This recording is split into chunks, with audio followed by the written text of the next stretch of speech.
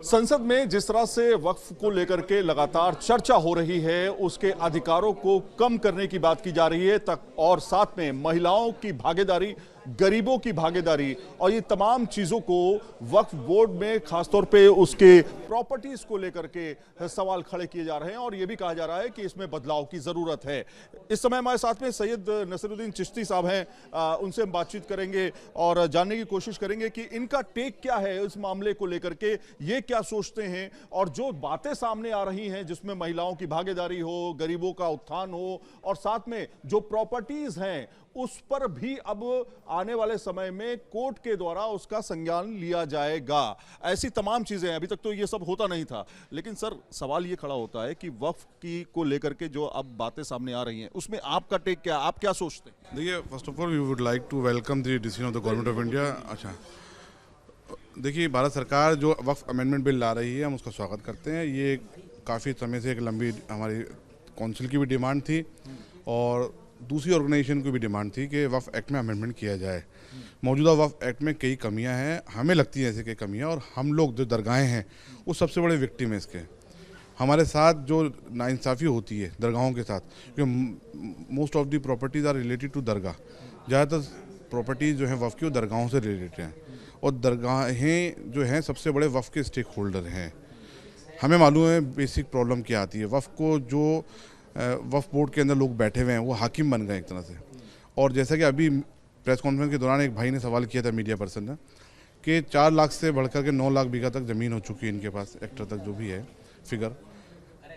इतनी प्रॉपर्टी बढ़ गई, इतनी इनकम हो गई, और उन्होंने ही कहा कि साहब पेश इमाम जो मौलाना है मस्जिदों के, उनको तनख्वाहें मिली, तो पैसा कहाँ जा रहा है? ये करप्शन है, इसकी मॉनिटरिंग होना ज़रूरी है, ट्रांसपेरेंसी होना ज़रूरी है। और अगर सरकार ट्रांसपेरेंसी लाने के लिए और इसको और स्ट्रॉन्ग करने के लिए अगर कोई बिल लाती है, हम उसका वेलकम करते हैं। इसके साथ साथ हमने कल जो मुलाकात करी NSA साहब को मिलकर, हमने लेटर दिया हमारा एक मेमोरेंडम, और हमें पूरी उम्मीद है वो हमारी बात सरकार तक पहुंचाएंगे। और माइनॉरिटी मिनिस्टर साहब से भी कल मैं रात को हमारी डेलीगेशन मिला मेरी सदारत में। हमारी डिमांड यही है कि एक दरगाह बोर्ड बनाया जाए। दरगाह क्योंकि सबसे बड़े स्टेक होल्डर हैं, उसको एक अलग से प्रोविज़न रखा जाए वक्फ एक्ट के अंदर, और जो सज्जादा नशीन है और दरगाहें, उनकी पोजीशन डिफ़ाइन की जाए, इनके कस्टम और ट्रेडिशन भी डिफ़ाइन किए जाएँ। क्योंकि हम जब वक्फ बोर्ड के लोगों से बात करते हैं तो कहते हैं वक्फ एक्ट में तो ऐसा कुछ दिया हुआ नहीं है, आप चादर चढ़ाते हैं, आप फूल चढ़ाते हैं, आप अगरबत्ती लगाते हैं, तो ये तो वक्फ में कहीं डिफ़ाइन नहीं है। और जो सज्जादा नशीन है उसका कोई, they have no right to appoint the sajjada nashin, they have only right to appoint the mutawalli, mutawalli is the manager. सज्जादा नशीन 99% जो दरगाहें, sajjada nashin always remain the heredity post. तो ये सब चीज़ें डिफ़ाइन होनी चाहिए, और जो प्रॉपर्टी अटैच है वफ़ से उसका यूटिलाइजेशन प्रॉपर वे में होना चाहिए। क्योंकि देखिए, जब हम वफ़ करते हैं, अल्लाह की राह में वफ़ किया जाता है, तो उस प्रॉपर्टी का यूज़ फलाह बहबूदी के लिए होना चाहिए, गरीब गुरबाओं के लिए इस्तेमाल होना चाहिए। ये होता था कि प्रॉपर्टी के बारे में पता ही नहीं लगता था, दूसरी पार्टी को ये बताना होता था कि दरअसल ये प्रॉपर्टी उसकी है, तो किस तरह से, वक्फ के ऊपर सवाल नहीं होता था। अब जो अमेंडमेंट होगा उसमें वक्फ को ये जवाब देना होगा, ये सबूत देने होंगे उस प्रॉपर्टी से संबंधित। क्या ये सही फैसला है? अगर ऐसा प्रोविज़न है तो मैं तो बहुत सेटिस्फाई हूँ इससे। क्यों? क्योंकि अगर इस्लाम के हिसाब से, शरिया के हिसाब से हम वफ़ के बारे में बात करते हैं, तो without dedication there is no waqf, whether it is in verbal और whether is in writing, but dedication is required.